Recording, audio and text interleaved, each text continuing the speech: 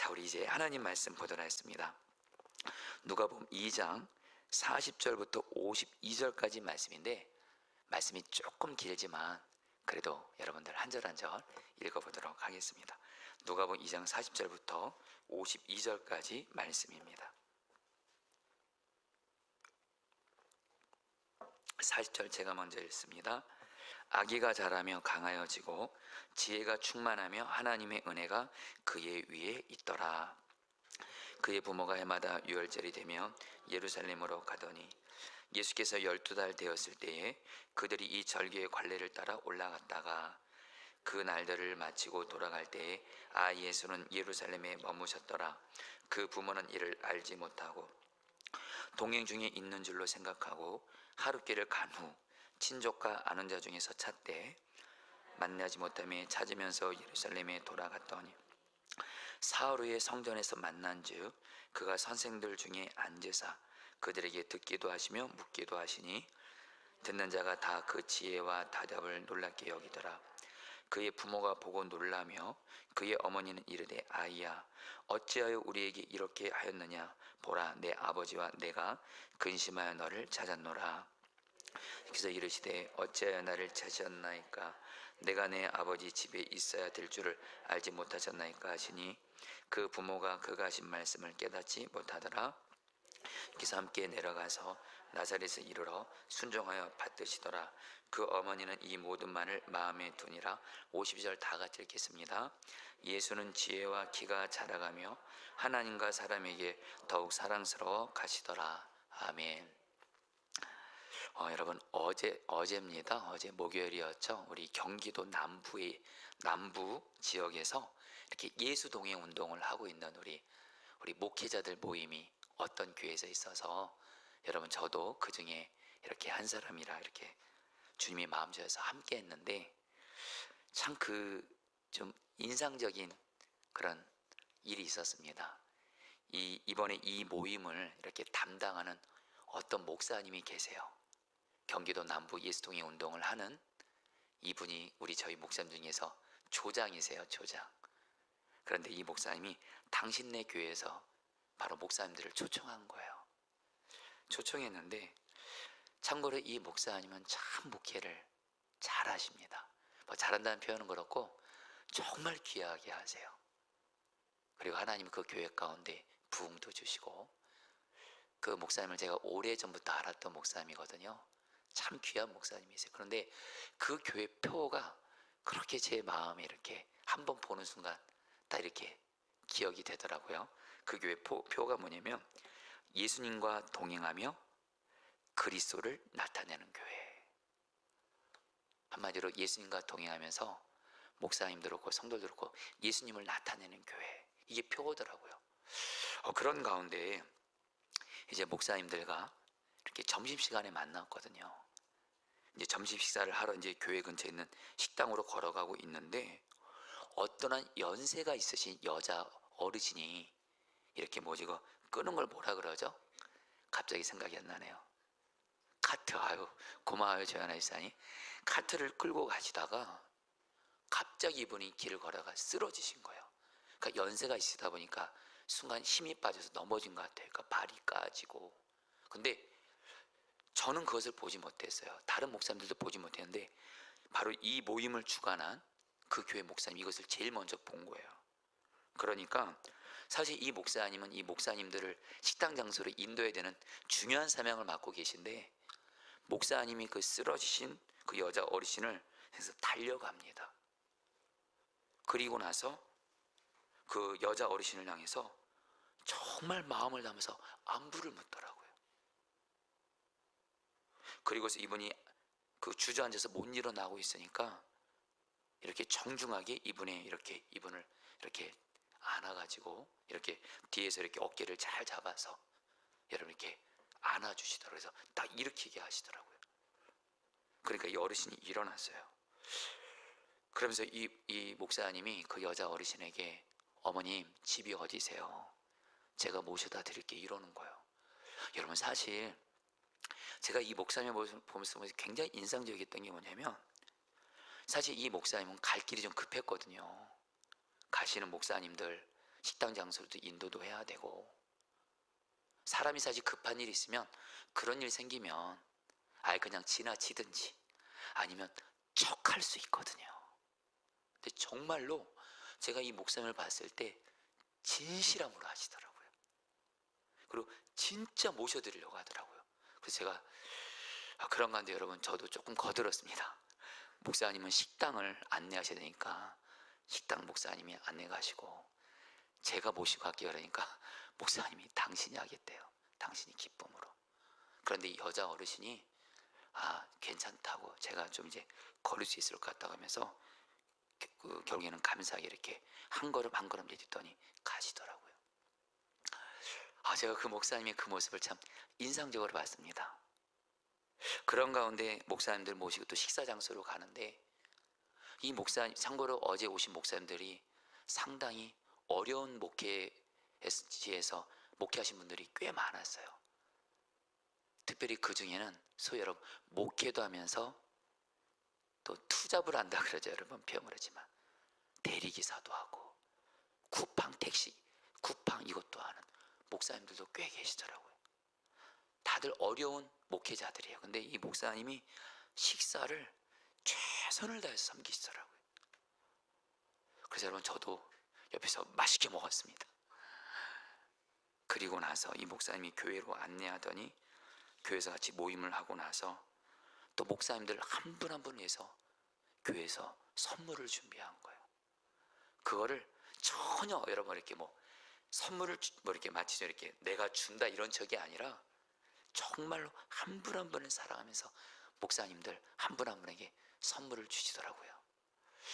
제가 그 목사님을 보면서 왜 주님이 이 목사님과 이 교회에 은혜를 준지를 알겠더라고요. 교회 표대로 예수님과 동행하면서 예수님을 나타내는 길을 정말 가고 계시더라고요. 자, 우리 성도님들, 오늘 설교 제목이 이겁니다. 여러분 따라볼까요? 예수님과 동행하면서 예수님을 닮으라. 여러분들 표현만 달리했을 뿐 그 교회 목사님은 예수님과 동행하며 예수님을 나타내라. 오늘 저는 마침 또 오늘 이 말씀을 준비하는데, 이 말씀을 이렇게 오늘 말씀을 이렇게 한편으로는 이렇게 성령님을 의지하면서 한편으로는 말씀을 읽고 공부하면서 말씀을 준비하면서 딱 제목이 나오더라고요. 예수님과 동행하며 예수님을 닮으라. 자, 성도님들, 오늘 저와 여러분들 이 말씀을 통해서 저도 그렇고요, 여러분도 그렇고요, 정말로 예수님과 동행하면서 예수님을 나타내고 예수님을 닮은 자 되시기를 주의 이름으로 축복합니다. 여러분, 우리가 예수님을 믿는다는 게 뭐죠? 예수님을 나의 구주, 나의 주님으로 믿는 거죠. 그리고 보다 구체적으로 말하면 나의 구주가 되시고 나의 주님이 되시는 예수님이 지금 내 마음 안에 오셨죠. 그래서 예수님을 나의 주님, 나의 왕으로 모시면서 어떻게 하는 거예요? 예수님을 따라가는 거죠. 여러분, 오늘 말씀에 여러분 우리가 너무도 잘 아는 예수님의 육신적 부모인 요셉과 마리아가 나옵니다. 참고로 여러분, 오늘 말씀에 아기이신 예수님, 특별히 12살인 소년 예수님에 대한 말씀이 나와요. 특별히 복음서에서 여러분들 예수님의 어린 시절, 소년 시절에 대해서 유일하게 말씀하는 본문이 바로 오늘 말씀입니다. 우리는 보통 예수님이 여러분들 이렇게 30살이 돼서 공생애, 그 예수님의 삶에 대해서는 많이 알잖아요. 그것도 너무 귀하지만 여러분, 예수님이 태어나셔서 소년이 되기까지 성경 누가복음에서는 그 누가가 의도적으로 예수님의 어떤 모습을 얘기를 해요.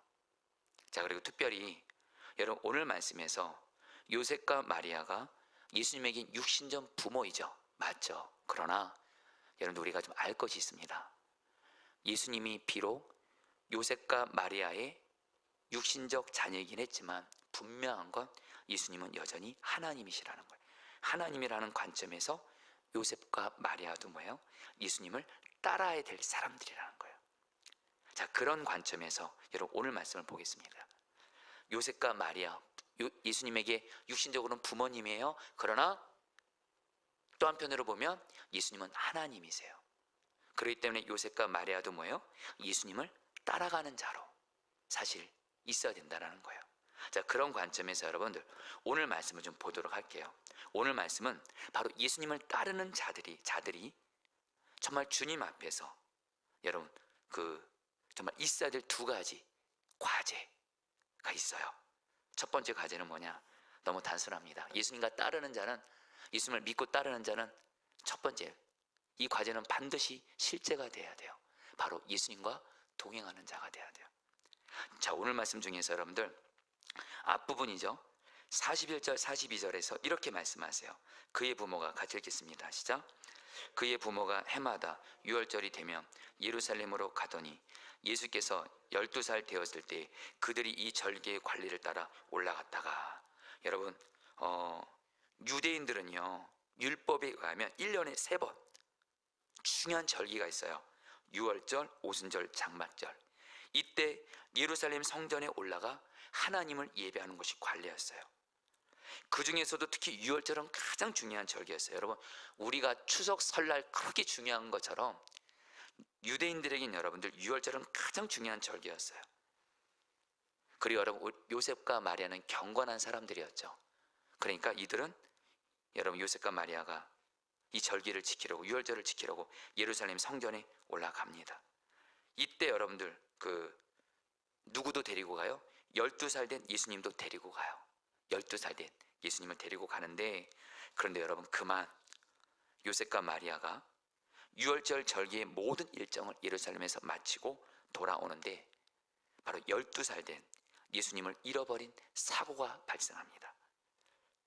자, 여러분들 조금만 안타까워해 주세요. 여러분들, 아이를 잃어버렸답니다. 여러분들, 저도 여러분들 아이를 키우면서 제일 힘들었던 거 생각하면 아이를 잃어버렸던 적이 있어요. 정말 그때는 여러분들 하늘이 노랗더라고요. 물론 결국에 하나님 은혜 찾았지만 어쨌든 요셉과 마리아가 예수님을 잃어버린 사고가 발생하는데 그 이유가 뭘까요? 여러분, 그 이유에 대해서 44절이 말씀합니다. 오늘 말씀에서 정말 중요한 말씀이 바로 44절이에요. 같이 여러분 읽겠습니다. 동행 중에 읽겠습니다. 시작. 동행 중에 있는 줄로 생각하고 하룻길을 간 후 친족과 아는 자 중에서 찾되. 성령 따라했습니다. 동행 중에 있는 줄로 생각하고. 오늘 말씀을 통해서 주님이 저 여러분들에게 주시는 가장 중요한 첫 번째 메시지입니다. 여러분, 요셉과 마리아가요 예수님과 동행하고 있다고 생각했어요. 그런데 여러분들 뭐예요? 예수님을 잃어버린 거예요. 여러분들, 어떻게 부모가 내 아이가 어떻게 이렇게 잃어버린 것을 몰랐을까? 여러분, 이거는 그 당시의 배경을 생각하면 이해는 되긴 됩니다. 그 당시 유월절에 참여한 사람들은 고향으로 돌아갈 때는 남자들은 남자들끼리, 여자는 여자들끼리 물을 지어서 내려갔어요. 그리고 아이들은 아버지나 어머니 쪽 한가운데 한편을 따라갔어요. 그러니까 어떻게 된 거예요? 요셉은 그 어린 예수가 마리아, 어머니 마리의 일행이 있을 거라고 생각한 거고요. 마리아는 또 어떻게 생각했어요? 자기 남편 요셉 일행이 예수님이 있을 거라고 당연히 생각했어요. 그런데 요셉과 마리아가 이제 예루살렘에서 하루길 되는 어떤 숙소에서 서로 만나는데 이렇게 했겠죠. 요셉이 마리아 보고 예수 어디 있어? 모르겠는데. 마리아도 당신에게 있는 거 아니야? 예수가 없는 거예요. 그러니까 여러분들, 이 요셉과 마리아가 놀래가지고 다시 예루살렘으로 돌아가서 예수님을 찾기 시작하는데, 여러분, 이 부분은 좀 간단히 나누죠. 예수님이 예루살렘 성전으로 와봤더니 12살 때 예수님이 어디 계세요? 성전에서요 뭐하고 있냐면 바로 율법 선생들과 함께 말씀을 가지고 토론을 하고 있는 거예요. 자, 여러분, 그러니까 이 마리아가 놀래가지고 예수님에게 말합니다. 얘야, 이게 무슨 일이냐? 여러분, 이 얘야란 말이 헬라어로 테크논인데 이게 좀 책망도 좀 들어갑니다. 안도감도 있고 그러면서 책망도 들어가요. 야, 너 이게 무슨 일이야? 엄마 아빠가 너 찾느라고 얼마나 애태웠는지 몰라? 이렇게 말하니까 여러분, 예수님이 요셉과 마리아 자기 친부모에게 이렇게 대답합니다. 49절 말씀 같이 읽겠습니다. 예수께서 이르시되, 읽겠습니다. 시작. 예수께서 이르시되 어찌하여 나를 찾으셨나이까? 내가 내 아버지 집에 있어야 될 줄을 알지 못하셨나이까 하시니. 여러분, 예수님이 말씀하세요. 아버지 어머니, 어찌하여 나를 찾으십니까? 내가 아버지 집인 성전에 있어야 되는 건 당연한 거 아닙니까? 하면서 여러분, 이거를 또 원어적인 의미로 보니까 예수님이 그 부모를 한편으로는 여러분들 이렇게 책망하는 느낌도 좀 들어있어요. 여러분, 이거 보고 예수님이 버릇없거나 이렇게 생각하시면 안 되고요. 여러분, 예수님이 사실 오늘 이 말씀이 바로 예수님이 하나님을 아버지로 처음 부른 내용입니다. 바로 예수님은 뭐예요? 당신이 하나님의 아들이고 진정한 나의 아버지는, 이 말씀을 대답하기 전에 마리아가 그래요. 너의 아버지인 요셉과 내가 너 찾느라고 너무 애썼어. 근데 예수님은 의도적으로 말하는 거예요. 예, 물론 요셉, 내 아버지 요셉도 물론 아버지죠, 육신. 그러나 예수님의 진정한 아버지는 하나님이시라는 거예요. 내가 내 하나님 아버지 집에 성전에 있어야 되지 않겠습니까? 경외 여러분들, 그러면서 경외 여러분, 예수님이 경외 여러분 그 부모님과 함께 결국에는 여러분들 나사렛으로 이렇게 돌아가는 내용으로 오늘 말씀이 맞춰지는데, 여러분 오늘 이 말씀에서 정말 중요한 말씀이 아까 44절에서 동행 중에 있는 줄로 생각하고, 여러분 이 생각하다는 말이 동행 줄 있는 줄로 생각하다 할 때 이 생각하다는 말이 여러분 두 가지 의미를 좀 아시면 좋겠어요. 한마디로 하나는 당연하다 생각한 거예요. 요셉과 마리아는 내가 예수님과 동행하고 있다는 것을 당연하게 생각했어요. 또 하나, 이 당연하단 말이 어떤 뜻이냐? 성경 따라하겠습니다. 가정하다. 단순히 생각하는 게 아니라 내가 예수님과 동행한다고 가정했던 거예요. 근데 여러분, 실제로는 뭐예요? 요셉이나 마리아는 예수님과 동행하고 있지 않았습니다. 가정은 했지만, 당연하다 생각했지만 예수님과 동행 실제로 안 하고 있었습니다. 자, 여러분들, 우리 그대로 적용할게요. 저와 여러분들 예수님과 동행한다고 말하죠. 그쵸? 나 예수님과 동행하고 있어. 당연하게 생각하고 있어요. 나 예수님과 동행하고 있어. 가정하고 있어요. 그런데 나는 예수님과 동행한다고 말하고 있는데, 나는 내 안에 계신 예수님과 동행하고, 당연하지, 나 예수님과 동행하지, 나 당연하지, 나 예수님과 동행한다, 난 가정하고 있어, 그렇게 말하는데 주님은 그렇게 생각하지 않고 있으면 어떡해요? 여러분, 오늘 말씀에 주님이 주는 중요한 메시지입니다. 저 여러분들, 내가 주님과 동행하고 있다고 내가 당연하게 여기고 내가 가정한다고 해서 주님과 동행하는 게 아니라는 거예요. 실제로 예수님과 동행하는 것이 너무너무 절대적으로 중요합니다.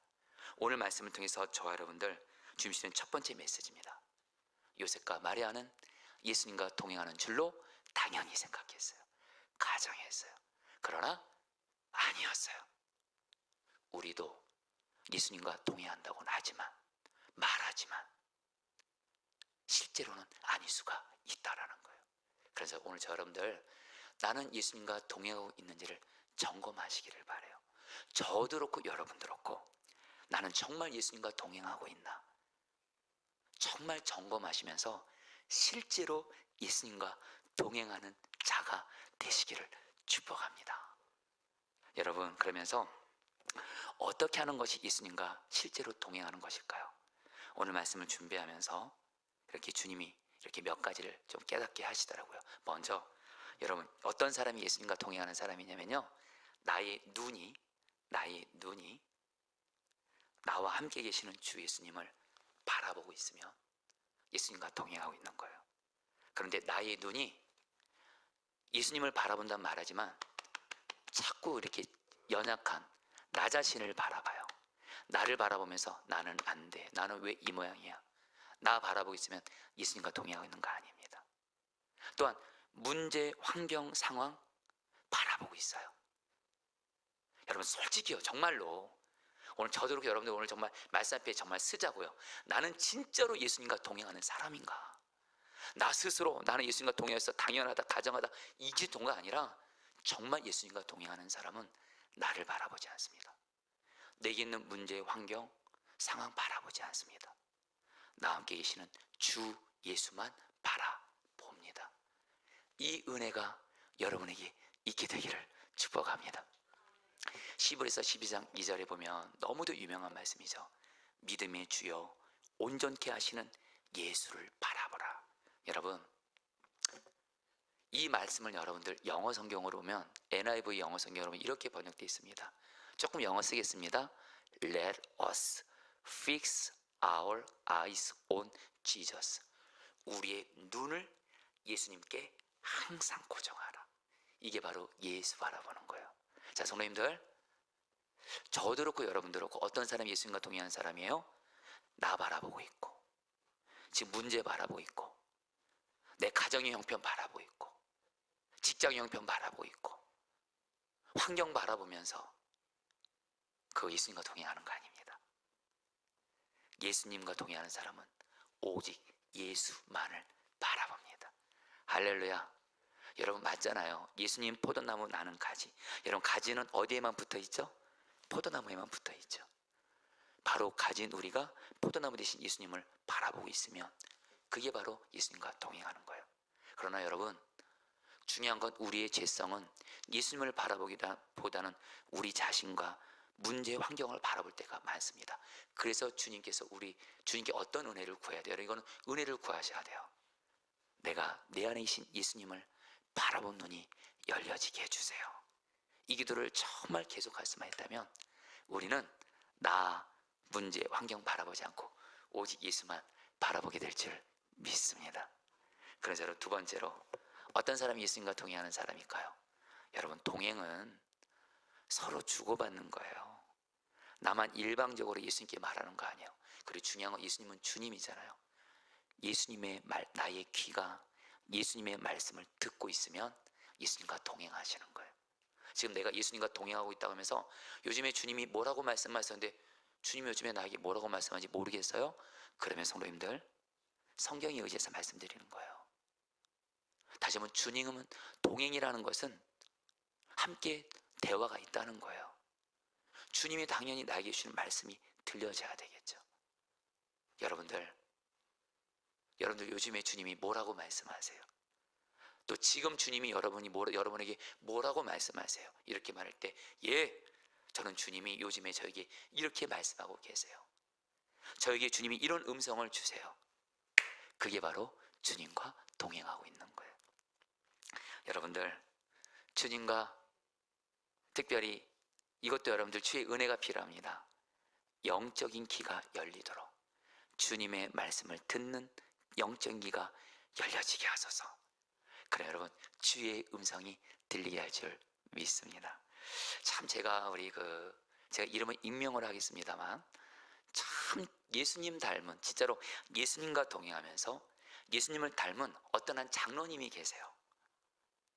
우리 교회 장로님은 아니시지만 제가 그 장로님을 보면서 정말 그분은 말입니다. 그분이 지역장님이었거든요. 그분이 가는 지역은 다 살아나더라고요. 이분이 가는 곳마다 정말 은혜가 있더라고요. 근데 제가 이분과 대화를 하다가 배운 게 있어요. 그리고 이분은 굉장히 사업을 하신데 사업 환경이 열악했습니다. 그런데 정말 주님과 동행하면서 길을 놀랍게 하나님이 열어가시더라고요. 근데 이 장로님이 저한테 뭐라고 말씀하시냐면, 장로님 어떻게 이렇게 주님과 이렇게 동행을 하나님의 은혜로 잘하시니까 이분이 그러시더라고요. 목사님, 저는요 제 눈은 주님만 바라보려고 힘쓰고요, 저는 주님만 바라보려고 하는 것이 아니라 주님께 수시로 물어요. 주님, 나에게 말씀해 주세요. 나에게 말씀해 주세요. 당신의 귀를 주님의 말씀에 쫑긋 기울인대요. 그리고 주님께 묻는데요. 그런 주님이 마음에 어떤 말씀이 생각나게 하시거나 그렇게 한다는 거예요. 여러분도 나의 눈은 주님을 바라보고 나의 귀는 주님의 말씀에 귀 기울은 자 되시기를 축복합니다. 특별히 여러분들, 요한복음 14장 26절 말씀, 보혜사 곧 아버지께서 한번 읽어보실래요? 읽겠습니다. 시작. 보혜사, 요한복음 14장 26절 말씀이 나오나요? 예, 고맙습니다. 같이 읽겠습니다. 시작. 보혜사 곧 아버지께서 내 이름으로 보내실 성령, 그가 너에게 모든 것을 가르치고 내가 너에게 말한 모든 것을 생각나게 하리라. 여러분, 이 말씀 그대로 펴주세요. 여러분, 사실 예수님이 지금 우리 안에 성령으로 계시죠. 사실 우리가 주님의 음성을 듣는다는 것은 우리 안에 성령께서 주시는 음성이 곧 예수님의 음성인데, 예수님이 뭐라고 말씀하세요? 우리 안에 계신 예수 그리스도의 영이신 성령님이 모든 걸 가르치신대요. 할렐루야. 모든 것 가르쳐 주신대요. 할렐루야. 근데 어떻게 해요? 내가 너에게 말한 모든 것을 생각나게 하리라. 생각을 통해서 말씀해 준다는 거예요. 근데 뭐가 생각이 나요? 여러분 따라했습니다. 내가 너에게 말한 모든 것, 내가 너에게 말한 모든 것, 바로 주님의 말씀이 생각나게 해요. 특별히 여러분 됐습니다. 이제 여러분, 우리가 주님의 말씀에 귀를 기울이면서 주님께 묻는 거예요. 주님, 나에게 말씀해 주세요. 음성을 들여서 묻잖아요. 주님은 인격이세요. 내 마음에 어떤 생각을 통해서 주의 말씀을 들려주세요. 특별히 성경 말씀이 생각나게 하시거나 말씀이 생각나게 하심으로 우리에게 주의 음성을 들려주시는 줄 믿습니다. 여러분들, 최근에 제가 우리 한번 새벽기도 때 한번 나눴던 것 같기도 한데, 지금 우리 한국에서 귀하게 쓰임받는 목사님 중에 한 분이신데 1516 교회를 담임하는 이상준 목사님인데, 이분이 간증하시는데 굉장히 이분의 그 간증을 들으면서 제가 특별히 어떻게 하면 주님의 음성을 잘 들을 수 있나, 이분이 이렇게 목사로서 이렇게 고백을 하시더라고요. 근데 이분이 뭐라고 말씀하시냐면 그렇게 말씀하시더라고요. 자기가 보니까 성도님들이, 특별히 한국교회 성도님들은 기도 중에 주님의 음성을 들으려고 애쓴대요. 너무 귀한 거죠. 그런데 이 목사님이 하신 말씀이 있어요. 정말 주님의 음성을 듣기를 원한다면, 바르게 듣기를 원한다면 기도하면서 주님의 음성을 들으려고 주님께 음성을 구하는 것도 필요하지만 가장 먼저 첫 번째 해야 될 것이 있대요. 바로 성경 말씀을 읽어야 된다는 거예요. 묵상해야 된다는 거예요. 그러면 내 안에 하나님의 말씀이 있으면 주님께 음성을 구하면 주님의 성경 말씀이 생각나게 하셔서 주의 음성을 듣는 거. 그러면서 이 목사님이 그러시더라고요. 저는 한국교회 성도님들이 기도 중에 주님 말씀해 주세요, 음성 들려주세요, 그것도 귀한 거지만 꼭 성경 말씀을 가까이 하면서 매일 읽고 묵상하면서 그렇게 나아가시면 주님이 성경 말씀을 통해서 생각나게 하신다는 거예요. 그게 바로 하나님의 음성을 가장 바르게 듣는 첫걸음이라는 거예요. 그러면서 이 목사님이 언어를 공부하신 분이래요. 언어를 전공하셨대요. 그러면서 이분이 뭐라고 말씀하냐면 이런 비유를 두더라고요. 외국인들이 외국어를 샬라샬라 하잖아요. 어떤 사람이 외국어를 잘 듣고 못 듣냐? 외국어를 가지고 샬라샬라요. 근데 내가 그 외국인이 말하는 그 단어와 문장이 내 안에 있는 사람은 외국인들이 샬라샬라 그 말이 들린다는 거예요. 근데 외국인이 샬라샬라하는데 나는 그 외국인이 말하는 단어와 문장이 내 안에 없으면 아무리 외국인이 샬라샬라해도 못 알아듣는다는 거예요. 그러면서 이렇게 말씀하세요. 하나님도 성경이라는 하나님의 언어를 통해서 우리에게 말씀하십니다. 근데 그 사람 안에 성경의 언어가 있는 사람은, 그 사람 안에 성경 말씀이 있는 사람은 하나님의 음성을 그만큼 잘 들려지게 됩니다. 제가 그 말 듣고 전적으로 아멘 했어요. 선생님들, 말씀이 내 안에 풍성히 과함으로 말씀을 잘 듣는 자, 이게 바로 주님과 동행하는 자라는 거예요. 자, 그리고 여러분들, 어떤 사람이 또 예수님과 동행하는 사람인가? 여러분들, 주님을 내 눈은 바라봅니다. 내 귀는 주님의 말씀을 듣습니다. 거기서만 끝나면 안 돼요. 나의 손과 발이 주님 말씀이면 내 생각과 달라도, 내 뜻과 달라도 나는 죽었습니다. 예수님 나의 생명이십니다. 성령이여 도와줘서, 성령을 의지하면서 주님 말씀이 오직 순종하겠습니다. 바로 주님의 말씀에 순종하는 사람이 예수님과 동행하는 사람인 줄 믿습니다. 순종까지 가야 예수님과 동행하는 거예요. 성도님들, 간절한 마음 나눕니다. 동행이란 말이 함께 걷는다는 뜻이에요. 이 말 자체는 주님 말씀에 순종한다는 절대적인 의미가 있습니다. 저와 여러분들, 주님을 바라보고 주님의 말씀을 들었으면 나의 손과 발이 주님의 말씀을 그대로 순종하는 자 되어서 실제로 예수님과 동행하시기를 축복합니다. 제가 지난 수요 중보 기도 때 시편 113편 말씀을 가지고 말씀을 전했는데, 이 말씀을 전하기 1시간 전에, 이 말씀을 준비하기 전에 기도실에서 기도하다가 시편 113편의 주제는 다른 거 아닙니다. 하나님은 가난한 자들을 도와주시는 하나님. 그러면서 또 하나의 메시지는 뭐예요? 하나님이 가난한 자를 도와주는 것처럼 하나님의 마음을 품고 가난한 자를 도우라가 바로 시편 113편의 주제입니다. 근데 이 말씀을 준비하다가 제 마음에 그런 마음이 들더라고요. 말씀을 준비하면서 하나님, 어떻게 하면 이 말씀대로 순종해야 될까요? 그때 주님이 딱 주신 마음이 있었습니다. 제가 까맣게 잊고 있었어요. 돌아오는 추석 명절에 너 지난날 보면 알지 않냐? 이 추석 명절에 교인이 한 명도 없고 거의 없는 목회자들, 그들이 얼마나 외로운지를 알지 않냐? 그리고 너부터도 구리에서 교회 개척할 때 성도가 한 명도 없어서 그 외로운 거 너 알고 있지 않냐? 이번에 추석 명절을 앞두고 정말 가난하고 어려운 목회자들에게 정말 포도나무 교회가 사랑을 실천해서 선물을 나누라, 이런 말씀을 딱 생각나게 하시는 거예요. 주님께 물었거든요. 시편 114편 말씀을 근거로 그 말씀을 주신 거예요. 그래서 여러분들, 지금 우리 포도나무 교회가 지금 명절 앞두고 그 일을 하고 있는 거예요. 주님이 하신 줄 믿습니다. 제가 한 거 아닙니다. 여러분 죄송합니다. 저는 그냥 내 가정만 생각했었어요. 우리 교회만 요즘에 생각하고 있었어요. 근데 이럴 때일수록 주님은 주님을 기쁘시게 하는 일을 하라. 그래서 여러분들 감사한 건 지난 수요일부터 정말 주님이 마음 주신 성도님들이 기쁨으로 이걸 섬겨주고 계시더라고요. 성도님들, 주님의 말씀에 순종하는 것까지 가야 주님과 동의하는 것인 줄 믿습니다.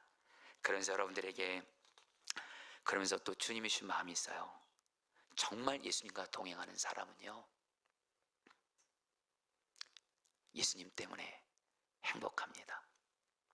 여러분들, 저는 오늘 이 말씀을 저에게도 전합니다. 자, 우리 성도님들, 내가 지금 예수님과 동행하고 있는지 아닌지를 아주 중요한 지표가 있습니다. 예수님 때문에 행복한가? 나는 예수님과 동행하고 있는데 행복하지 않아요. 여러분, 이거 좀 말이 안 되는 거긴 하잖아요, 그렇죠? 여러분, 저도 그렇고 여러분도 그렇고, 나 예수님과 동행해요. 예수님이 행복의 근원이시거든요. 행복의 근원 대신 예수님과 연합됐다는 거거든요. 그럼 나는 예수님이 주시는 기쁨으로, 비록 환경과 상황은 어려워도 예수님이 주시는 기쁨이 있으면, 평안이 있으면 예수 때문에 행복해야 되는데, 솔직히 나 행복하지 않아요. 평안하지 않아요. 그러면 여러분, 사실 우리는 정직하게 말하면 예수님과 지금 동행하는데 문제가 있는 겁니다. 그러나 여러분들, 여러분들이 실제로 예수님과 동행하면, 진짜로 예수만 바라보고 예수님 말씀 귀 기울이고 예수 말씀에 순종하면, 여러분, 예수님이 주는 평안, 기쁨, 행복이 우리에게 임하게 될 줄 믿습니다. 무엇보다 여러분, 행복의 근원 되시는 예수님과 동행하면서 여러분들, 지금 내가 어떤 고난 가운데 있어도 이 고난보다 큰 주님의 은혜를 구하면 말입니다, 계속 믿음을 갖고 나가면 주님이 내가 지금 당하는 고난을 능히 이기는 기쁨, 평안, 행복 주신다라는 거예요. 여러분, 그 근거로 여러분 고린도후서 1장 5절 말씀, 사도 바울이 이렇게 고백하거든요. 같이 한번 읽어보겠습니다. 그리스도의 고난이, 읽겠습니다. 시작. 그리스도의 고난이 우리에게 넘치는 것과 같이 그리스도로 말미암아 우리의 위로도 또한 넘칩니다. 여러분, 이 고백을 한 건요, 여러분, 사도 바울이 복음을 전하는데도, 하나님 말씀에 순종했는데도 엄청나게 고난당하는 거예요. 자, 우리 성도님 중에 지금 그런 분들 계시죠? 주님과 동행했는데, 주님 말씀에 내 딴에 순종했는데 고난당하시는 분들, 아니 오히려 고난이 넘쳐요. 예, 그분은 바로 사도 바울이십니다. 여러분들, 바울이 그랬다라는 거예요. 바울은 고난이 넘쳤대요, 여러분들. 근데 이게 결론이 아니라는 거예요. 그리스도로 말미암아 우리의 위로도 또한 넘칩니다. 사도 바울은 예수님과 그런 중에도 동행했고, 예수님이 지금 다 자기가 당한 그 고난을 이기는, 고난이 넘쳤는데 그 넘치는 고난을 이기고도 남는 위로와 은혜를 주셨다라는 거예요. 여러분, 제가 이 말씀을 공부하다가 이렇게 표현하더라고요. 만약에 우리가 고난을 당하는 강도가 100이라면 우리가 정말 예수님과 동행하면서 주님께 이 고난을 이기는 은혜를 달라고 기도하면 우리 주님은 이 고난의 강도 100을 이기는, 150이든 200이든 고난을 이기는 강도의 은혜를 주신다라는 거예요. 오늘 여러분에게 이 은혜가 있게 되기를 축복합니다. 여러분, 정말 이 은혜 우리 모두에게 필요하잖아요. 저도 그렇고 여러분도 그렇고. 다시 한번 여러분, 오늘 말씀 다시 한번 읽어드릴게요. 고린도서 1장 5절. 그리스도의 고난이 우리에게 넘치는 것과 같이 그리스도로 말미암아 우리의 위로도 또한 넘칩니다. 고난이 넘친다는, 이 넘친다는 것보다 예수 그리스도로 말미암은 위로가 더 넘친다라는 거예요. 그래서 고난이 이겨진다라는 거예요. 예수 때문에 행복해진다라는 거예요. 여러분, 이 은혜를 구하게 되시기를 축복합니다. 이 은혜를 구하는 자에게 주님이 반드시 이 고난 이기는 은혜 주셔서 예수 때문에 행복하게 될 줄 믿습니다. 여러분, 제가 이름은 임명을 하겠습니다. 사랑하는 한 성도님의 간증인데요, 이 성도님의 간증을 좀 읽어드릴게요. 저는 6살 어린 시절에 저희 가정 일찍이 깨어지고 아버지의 계무였던 시골의 친할머니에게 맡겨졌습니다. 처음 몇 개월은 아버지께서 생활비를 보내줘서 잘 지낼 수 있었지만 생활비가 끊기고 나서부터 평생 잊을 수 없는 어린 시절의 고난이 시작되었습니다. 간장 종지만한 밥그릇에 밥을 담아 주었습니다. 너무 배가 고파 부엌에 반찬을 집어먹다 도둑놈이라며 맞은 적도 많았습니다. 당시 저는 제가 집안일도 도울 수 없으면서 매일 배가 고파서 음식을 훔쳐먹는 도둑인 줄 알았습니다. 그래서 제 자리는 늘 방구석이었습니다. 그곳에서 눈치 보며 앉아있다 그곳에서 구부리고 잠을 잤습니다. 매 맞고 욕 듣는 일이 매일이었고 맞지 않는 날은 불안감에 잠들기가 어려웠습니다. 잠을 자다 얻어맞아서 깨고 정신을 잃은 적도 많았기 때문입니다. 집에 가기 싫어서 학교에서 시간을 보내다 집에 가는 길에 하늘을 쳐다보며 엄마 얼굴을 기억하려 애쓰며 울었던 적도 많았던 것 같습니다. 동네 사람들은 저러다 쟤 죽겠다고 할 정도였다고 합니다. 그렇게 초등학교 4학년 때까지 5년 동안 굶주림 속에서 학대를 당하니 4학년 당시 저를 다시 데려온 어머니의 말씀에 의하면 저의 모습은 초등학교 1학년 수준이었다고 합니다. 초등학교 4학년 서울로 올라와 엄마와 외할머니의 보살핌으로 청년이 된 저는 여전히 소망 없는 우울한 삶을 살았습니다. 삶의 희망을 버리고 자살도 생각해보던 우울했던 청년 시절, 사는 게 지겨워서 일찍이 군대를 지원하게 되었습니다. 만 19살의 어린 나이에 해양경찰에 입대했습니다. 1996년도에 군대는 밤마다 구타와 기압의 연속이었습니다. 구타를 못 이겨 바다로 몸을 던지는 일이 빈번하던 때였습니다. 그렇게 힘겹게 하루하루 군생활을 버티던 어느 날 훈련소 교회 예배 때 주님이 제게 말씀을 주셨습니다. 그 말씀은 이런 내용이었습니다. 우리가 겪는 고난은 하나님의 사랑이고 축복이다. 초코파이 먹으러 난생 처음 갔던 교회에서 들었던 말씀이 갑자기 생각난 것도 신기한데 그 순간 하나님의 사랑이 믿어지고 감동이 되었습니다. 전지전능하신 하나님께서 나를 돌보시고 나를 사랑하신다니 너무나 기뻤습니다. 제게 찾아오신 하나님을 만난 그 순간부터 제게 군대의 구타와 기압은 하나님의 사랑으로 믿어졌습니다. 그날 밤에도 역시 집합이 예정되어 있었습니다. 가혹한 구타의 집합 시간이 끝나고 제게 부어시는 하나님의 사랑을 생각하니 기뻐서 웃음이 나왔습니다. 그동안 미워했던 선임이 이제는 밉지 않았습니다. 나를 사랑하시는 하나님의 역사 속에서 그 선임이 사용된 것이라 생각하니 하나도 밉지 않고 하나님의 사랑을 제게 보여주기 위한 하나님의 도구로 보였습니다. 그날 이후 군대의 가혹행위는 제게 고난이 아니었습니다. 지금도 생각해보면 믿을 수 없는 하나님의 역사입니다. 여러분, 이 집사님이 이 간증을 들려주면서 붙들었던 말씀이 아까 고린도서 1장 5절이에요. 그래서 간증하시더라고요. 자기가 살아오면서 그렇게 고난이 많았대요. 그런데 분명 한 가지, 예수님과 동행하면서 정말 예수님의 은혜가 부어지고 사랑이 부어지니까 지금 자기가 당하는 고난이 너무 컸대요. 근데 주님의 은혜는 그 고난을 이기게 하시더라는 거예요. 그래서 주님 때문에 행복했다라는 거예요. 여러분, 오늘 우리 말씀을 꼭 붙잡자고요.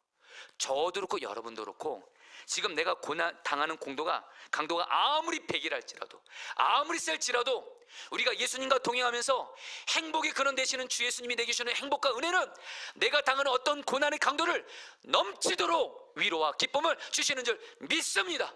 이거 믿고 구하자고요. 정말로 이 고난을 이기는 은혜를 주십시오. 그래서 오늘 저 여러분들 예수 때문에 행복한 자가 되시기를 주의 이름으로 축복합니다. 이제 말씀을 좀 마무리할게요. 맨 마지막 말씀 좀 펴주면 좋을 것 같아요. 요한복음 1장 16절 말씀, 요한복음 1장 10절 말씀, 마지막 말씀, 우리가 다, 여러분 같이 한번 이 말씀 다 예수님에 대한 말씀인데요. 읽겠습니다. 시작. 우리가 다 그의 충만한 데서 받으니 은혜 위에 은혜로라. 여러분 예수님에 대한 말씀인데, 여러분 예수님은 충만하신 분이세요.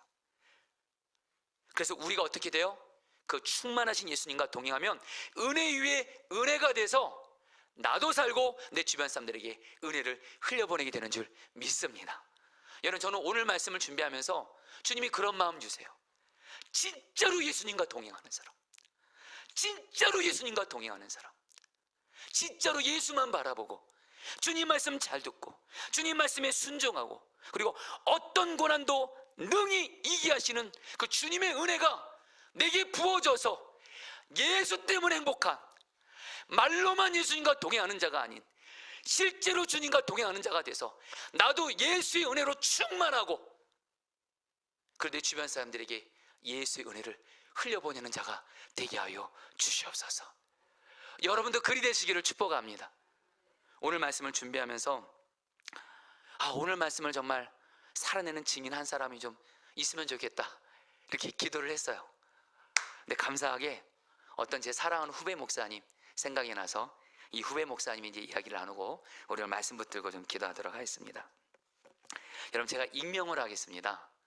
선화목자교에서 여러분 최근까지 사역했던 제가 참 사랑하는 후배 목사님인데, 여러분 먼저 좀 이 후배 목사님 이분의 얘기를 먼저 조금 좀 앞서 해드리면, 이 후배 목사님은 제가 볼 때 그렇게 설교의 능력도 좋지 않았습니다. 목회의 능력도 좋지 않았습니다. 그런데 말입니다, 이분이 언젠가부터 진짜 예수님과 동행하는 목회자가 되더라고요. 정말로 예수님과 동행하는 목회자 되더라고요. 다시 한번 이분은 목사님들 중에 그렇게 드러나지 않았습니다. 설교의 능력, 목회의 능력, 행정 능력 드러나지 않았습니다. 오히려 평범했다고 할까요? 그런데 어느 순간부터 이 목사님이 진짜 예수님과 동행하더라고요. 그래서 이 목사님을 가까이 하는 분들은 그분을 향해서 별명을 붙여줍니다. 목사님은 주님과 동행하는 목사님입니다. 정말 늘 얼굴에 행복이 있더라고요. 그리고 제가 한 번은 우리 선화목적의 우리 선교 담당하는 우리 여재 목사님한테 통화를 하다가 요즘에 선화목적의 그 목사님 중에서 누가 좀 제일 충만해, 그러니까 여재 목사님이 그러시더라고요. 제가 그 후배 목사님을 얘기하더라고요. 왕 목사님, 그 목사님이 요즘에 굉장히 충만해요. 설교든 목회든 정말 충만해요. 그런데 그 목사님이 가정에 아이가 어떤 심각한 병에 걸렸었을 때요. 그래서 그 가정 안에 엄청난 고난이 왔대요. 근데 이 목사님이 그런 중에도 주님과 신실하게 동행하더래요. 그러면서 사역하는데 그렇게 은혜가 되더라는 거예요. 최근에 이 목사님이 하나님께서 꽤 규모가 있는 교회 담임 목사로 청빙을 받게 하셨어요. 이 목사님이 고별 설교 중에 나눴던 내용을 여러분들 이제 읽어드리고 말씀을 마칠까 합니다. 저는 십자가가 나의 죄를 용서해 준 십자가로 믿었지만 십자가가 제 삶의 능력과 은혜인 것을 몰랐습니다. 속죄의 복음은 알았지만 나눈 죽고 예수 사는 십자가 복음을 온전히 알지 못했습니다. 20대 중반에 암흑 같은 시간을 지난 후에 십자가의 은혜로 새 생명을 누리고 사역자의 길로 부름을 받은 후에 제 마음은 그 은혜에 보답하고 충성을 다하는 마음이었습니다. 그 열심과 충성으로 밤잠을 줄여가면서 사역하고 사역을 위해서 가정을 희생하는 것은 당연한 것으로 여겼습니다. 사역이 점점 과중되면서 제 심령은 점점 메말라가고 사역자의 길로 접어들었는데도 여전히 죄 가운데 있는 죄에 넘어지는 저를 보면서 이해가 되지 않았습니다. 그러니 제 안에는 늘 만족이 없었습니다. 늘 염려와 초조함이 있었습니다. 뭐가 문제인지 몰랐습니다. 어떻게 극복해야 하는지 몰랐습니다. 그러던 중 주님의 은혜로 선한 목자기로 오게 되었습니다. 당시 저는 행복한 사역자는 아니었습니다. 내가 할 수 있는 최선을 다해 사역하고 그 이상을 헌신하려고 노력했지만 제 안에 해결되지 않는 문제들이 있었습니다.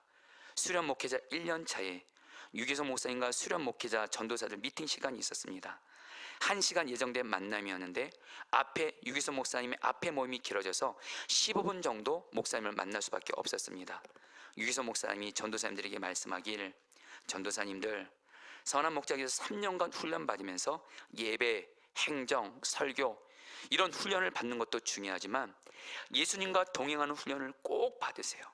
그럼 어느 곳에 가더라도 행복한 목회자가 될 거예요. 저는 이 말씀을 마음으로 붙잡았습니다. 행복한 목회자. 행복한 목회자. 의무감에 사로잡힌 채 기쁨도 감사도 소망도 없이 사랑하는 삶이 아닌 진정한 하나님 나라의 기쁨을 경험하고 그 은혜 가운데 살고자 하는 마음이 간절했습니다. 그리고 감사하게도 그 눈을 열어주었습니다. 이번에 담임 목회자가 나와서 사역지를 옮기면서 제 안에 염려도 걱정도 되었습니다. 익숙한 곳을 떠나는 것에 대한 두려움도 있고 실제적으로는 담임 목사로서 어떻게 사역을 감당해야 하는지에 대해서 걱정이 되었습니다. 그런데 주님이 제 안에 주신 마음은 달랐습니다. 기도할 때 주신 마음은 난 너가 더 행복해지는 길로 부르는 거야. 담임 목사가 해야 할 일은 주님 안에서 행복한 자, 그 증인이 되면 되는 거야. 그러면 그 기쁨이 흘러넘쳐 너도 살고 너가 섬기는 모든 성도들도 살게 될 거야. 이 마음을 주었습니다. 담임 목사가 해야 할 사역이 다른 것에 있지 않고 주님과 동행하면서 주님 때문에 행복한 증인으로 사는 것임을 알게 하셨습니다. 할렐루야. 여러분, 저도 그렇고 여러분도 그렇고 주님과 동행하면서 행복한 자 되시기를 주의 이름으로 축복합니다. 우리 같이 찬양하도록 하겠습니다.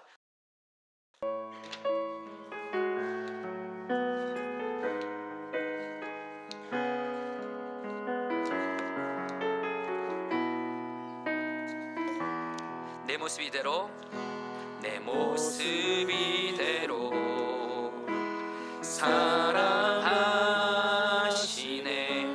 연약함 그대로 사랑하시네.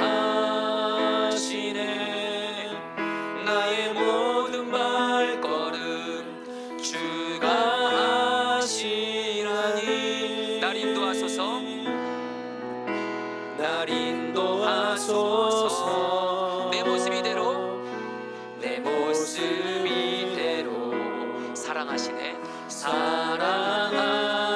사랑하시네.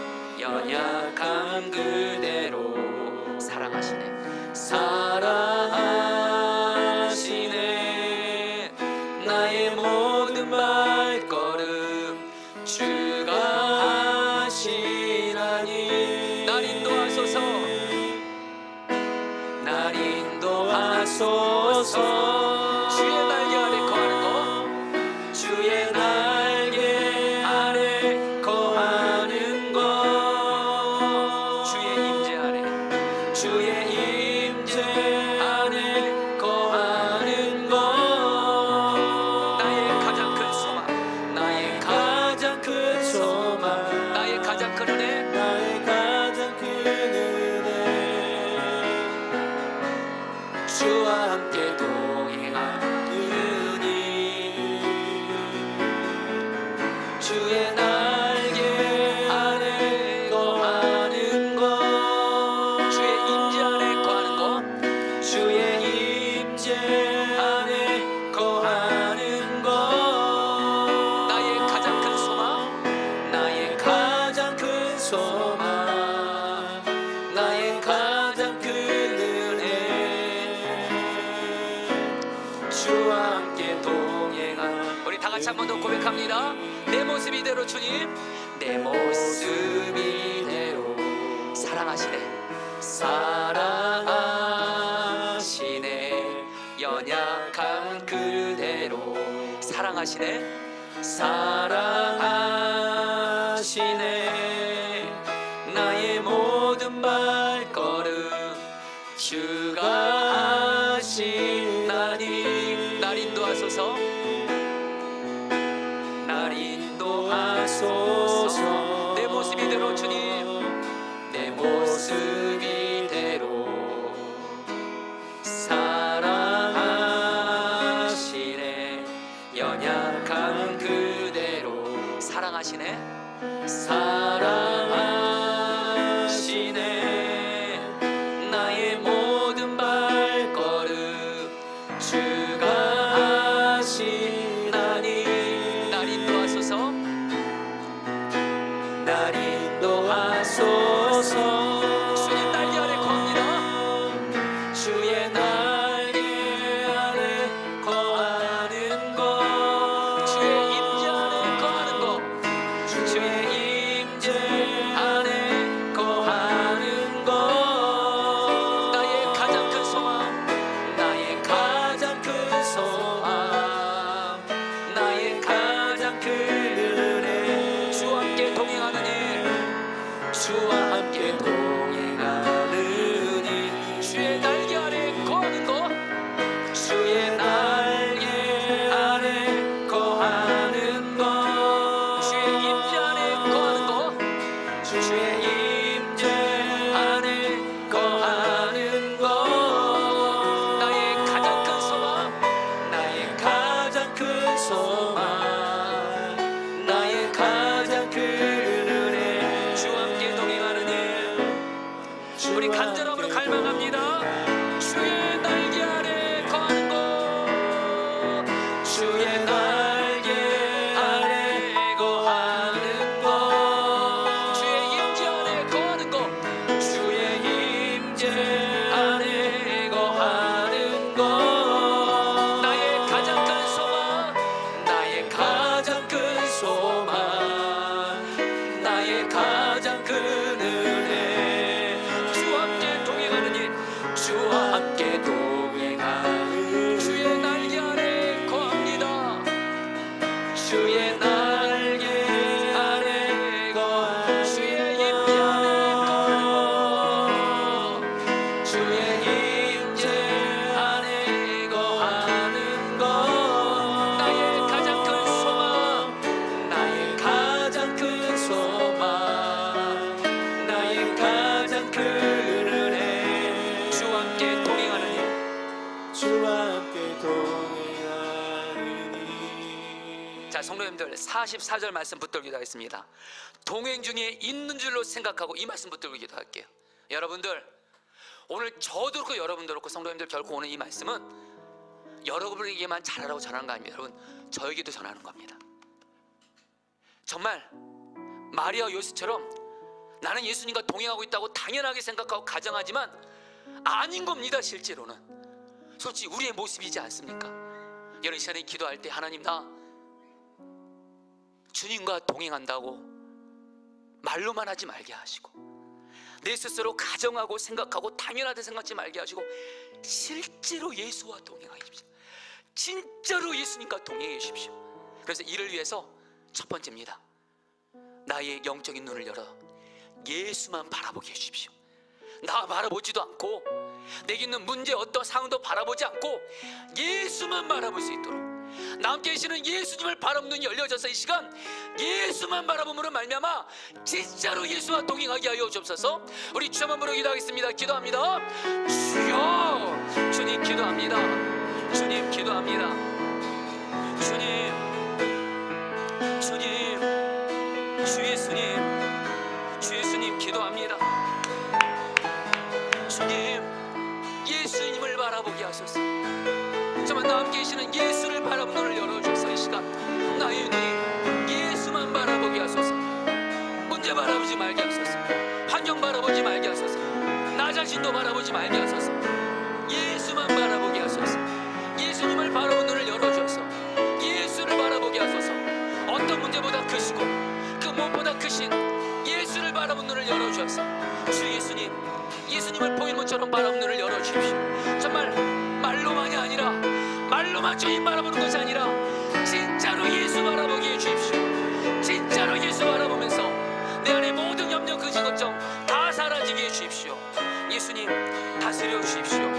역사해 주십시오. 여러분, 계속해서 요한복음 14장 26절입니다.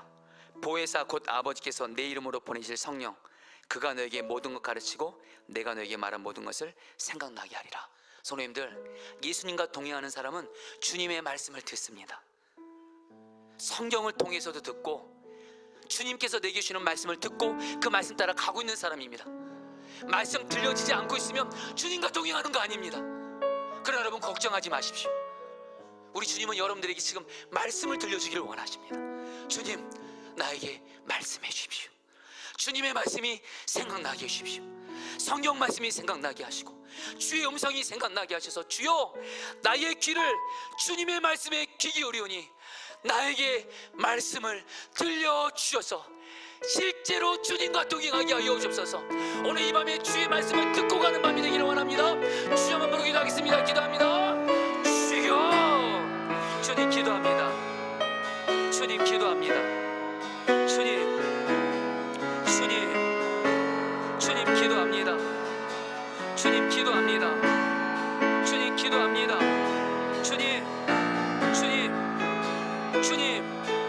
주님, 우리가 주님의 말씀을 듣게 하소서. 주님의 말씀을 듣게 하소서. 주님이 나에게 하시는 말씀이 들려지게 하소서. 주여, 주님의 말씀이 들려지게 하소서. 주님, 주의 음성을 들려주셔서 그래서 실제로 주님의 말씀을 듣고 주의 음성을 듣게 하소서. 주의 말씀을 듣게 하소서. 주님의 말씀을 듣는 길을 열어주십시오. 주님, 오늘 이 밤에 나에게 주시는 말씀이 들려지게 해주십시오. 내게 주시는 말씀이 들려지게 해주십시오. 주님 다스려 주십시오. 역사해 주십시오. 은혜 베풀어 주십시오. 주님 말씀이 들려지게 하여 주시옵소서. 자, 우리 사랑하는 성도님들, 시편 119편 4절 말씀, 세번역 성경 이렇게 말씀합니다. 주님께서 우리에게 말씀을 주신 것은 그 말씀을 순종하라고 주신 것입니다. 여러분, 주님도 바라봤어요. 말씀도 들었어요. 근데 내 손과 발이 순종 안 하면 주님과 통행하는 거 아닙니다. 여러분, 이 시간에 기도하겠습니다. 주님, 내가 주님의 말씀이면 오직 순종하겠습니다. 순종하지 않는 나는 예수 함께 죽었습니다. 예수님 나의 생명이고 나의 왕이십니다. 성령님을 의지합니다. 주님의 말씀을 들었다면 힘들다, 안 된다, 순종하기 싫다가 아니라 주의 말씀에 순종해야 동행하는 겁니다. 주여, 내가 주님께서 무슨 말씀을 하시든 온전히 순종하는 자가 되어지게 하여 주시옵소서. 우리 주여 한번 부르기도 하겠습니다. 주여, 주님 기도합니다. 주님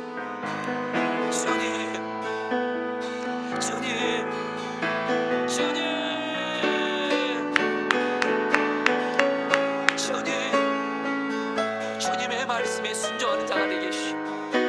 주님을 바라보고 주님의 말씀을 들었다면 순종하게 하소서. 순종하지 않는 나는 죽었습니다. 예수가 나의 생명, 나의 왕이십니다.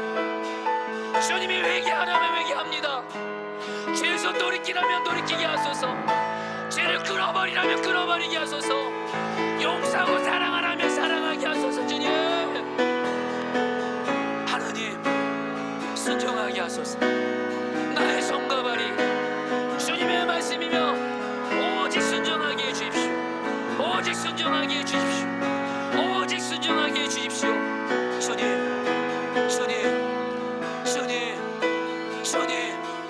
주님 기도합니다. 주님 기도합니다. 주의 말씀에 순종함으로 예수와 동행하는 자 되어지게 하여 주시옵소서. 주님, 아멘. 우리 두 번만 더 말씀 붙들어 기도하겠습니다. 고린도서 1장 5절입니다. 그리스도의 고난이 우리에게 넘치는 것과 같이 그리스도로 말미암아 우리의 위로도 또한 넘침이니라.